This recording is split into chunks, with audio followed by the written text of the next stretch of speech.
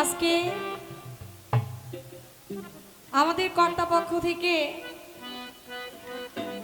একটা পালা নির্ধারিত করে আমাদেরকে সেই পালাটা বন্টন করে দিলেন। তবে মিঠু ভাই 1 বছর আগেই আমাকে বলে রাখছে যে 2024 সালে 16 তারিখে এই গানটা করতে হবে। তারপরও আবার 6 মাস পর আবার বায়না করলেন। তো বায়না করার সময় আগে বইলা নিছে যে এই বছর পালা কিন্তু ঘোরাইয়া দিব। মানে বিষয়টা হলো আমি আবার একটা নালিশ দিছিলাম তার কাছে। নালিশটা হইল কি, আমি কই ভাই আমি এখানে জহির পাগলা ভাইয়ের আগে আসছি, এখানে গান করেছি, তখনও আমাকে গাইতে হয়েছে নবুয়ত বেলায়ও। জহির পাগলা ভাইয়ের সাথে এই বছর নিয়ে মনে হয় আমার 3 বছর। এর 2 বারই, এর আগের বার তারও আগের বার, এই 2 বারই নবুয়ত বেলায়ত পালা। মানে যতবারই এখানে পালা গান গাইছি নবুয়ত বেলায়ত পালাটাই গাইছি। এখন মঞ্চে দিয়া দিলে এটা তো আর ফিরানো যায় না।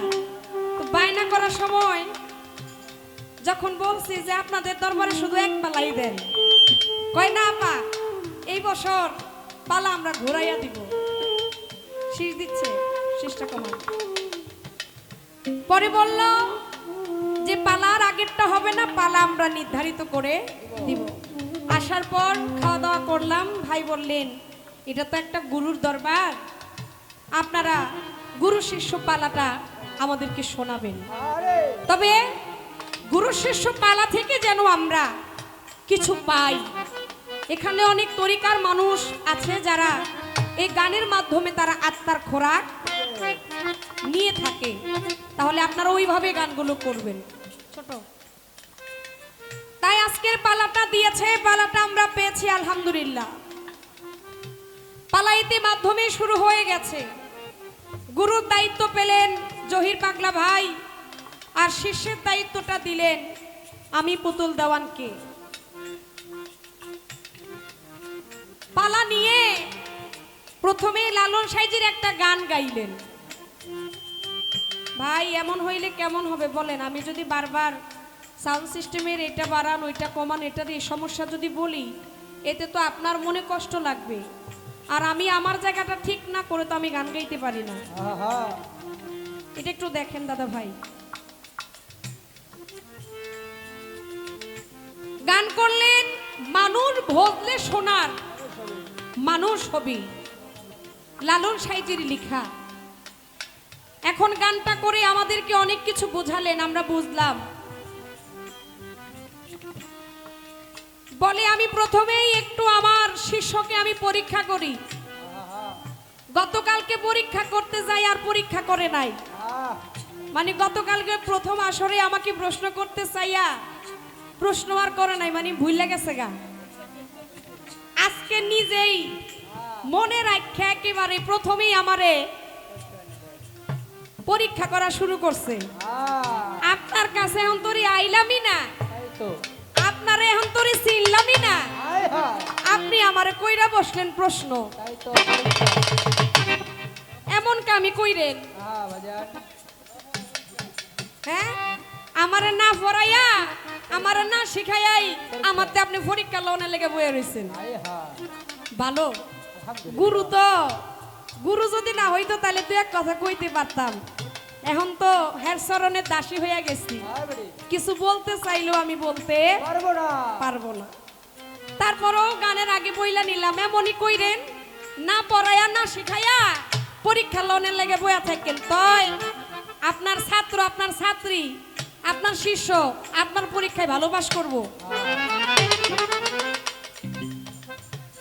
আপনি আমার অনেক সুন্দর একটা জিজ্ঞাসা করেছেন যে আমার দেহের ভিতরে 2 জন গুরু আছে, এই 2 জন গুরু থাকতে আমি কেনই বা আমার যিনি মুর্শেদ, আমার সেই মুজিবুল বশর মাঝ ভান্ডারী, আমি সেই মানব গুরুর কাছে কেন আবার গেলাম?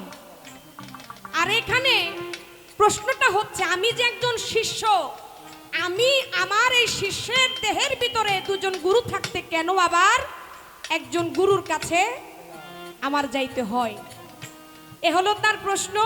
আমি ইনশাল্লাহ জবাব আপনাকে দেব। আপনি আমার পড়ান আর না পড়ান, আমি আপনার ঠিকই জবাব দেব। তো একটা গান করি আপনার জন্য।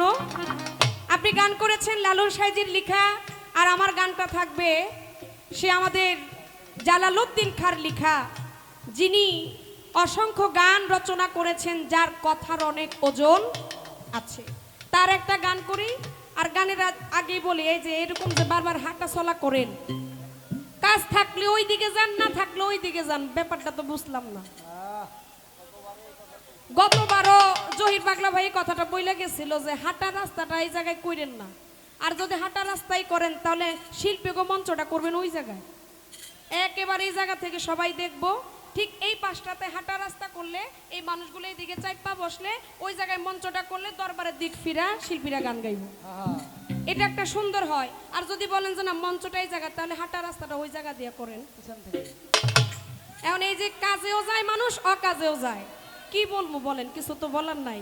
আমার গুরু বলতেছে এরকম হাঁটা চলা করলে আর ভিতর থেকে গান আসে না, গান ভুলে যায়। কথাটা সত্য, কারণ আপনাদের উপরে আমাদের নজর থাকে, এটা একটু খেয়াল রাখবেন।